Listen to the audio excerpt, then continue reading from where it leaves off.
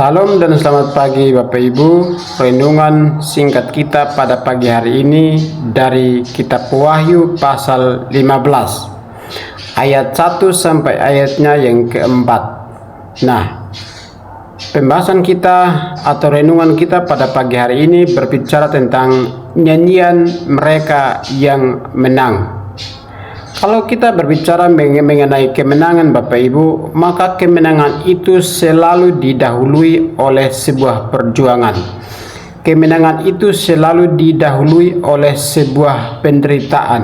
Kemenangan itu selalu didahului dengan sebuah pergumulan hidup yang nanti pada akhirnya kemenangan itu akan menjadi bagian hidup dari orang percaya kepada Tuhan.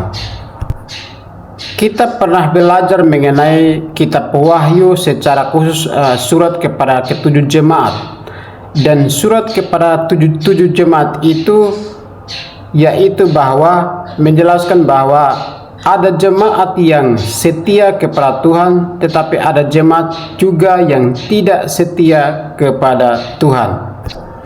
Jemaat yang setia kepada Tuhan, jemaat yang tekun kepada Tuhan dari penderitaan, pada akhirnya mereka akan dinyatakan sebagai jemaat yang menang.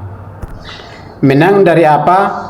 Menang dari penderitaan dan menang dari ajaran sesat. Perlu kita ketahui bahwa kitab Wahyu ditulis dalam satu konteks yang penuh dengan penderitaan. Banyak persekusi. Orang-orang Kristen pada waktu itu banyak dibunuh. Tetapi sebagian dari orang percaya, sebagian dari jemaat Tuhan, mereka tetap tekun dan setia kepada Tuhan. Dan pada akhirnya dikatakan di ayatnya yang ketiga, Wahyu 15 ayat yang ketiga, pada bagian ayat ketiga ini dikatakan bahwa dan mereka menyanyikan nyanyian Musa hamba Allah dan nyanyian anak domba, bunyinya, besar dan ajaib segala pekerjaanmu, ya Tuhan Allah yang Maha Kuasa, adil dan benar segala jalanmu, ya Raja segala raja, segala bangsa. Jadi jemaat Tuhan yang menyanyikan nyanyian kemenangan ini, dan mereka berkata bahwa Tuhan adalah Tuhan yang besar dan ajaib dalam segala pekerjaannya, adil dan benar dalam segala jalannya, adalah Tuhan yang berdaulat penuh atas hidup mereka. Tuhan yang berdaulat penuh atas hidup saya dan Bapak Ibu Saudara. Dan Dia adalah Tuhan yang berdaulat penuh. Tetapi bukan berarti karena Tuhan itu berdaulat penuh atas hidup kita, maka kita tidak boleh menghadapi penderitaan, maka kita tidak boleh menghadapi penganiayaan, maka kita tidak boleh menghadapi pergumulan.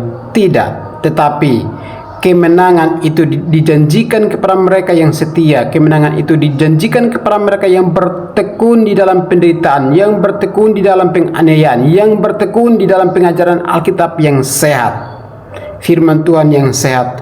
Itulah yang akan menjadi kemenangan bagi mereka pada akhirnya.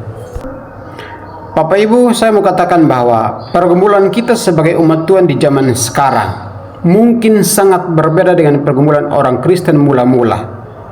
Orang Kristen mula-mula pada waktu itu mereka harus dikejar, mereka harus dibunuh, mereka harus dipersekusi, mereka harus dianiaya dan lain sebagainya. Tetapi Tuhan menjanjikan kemenangan bagi mereka yang tekun. Tuhan menjanjikan kemenangan bagi mereka yang tetap setia sampai akhir. Tekun dan setia terhadap apa?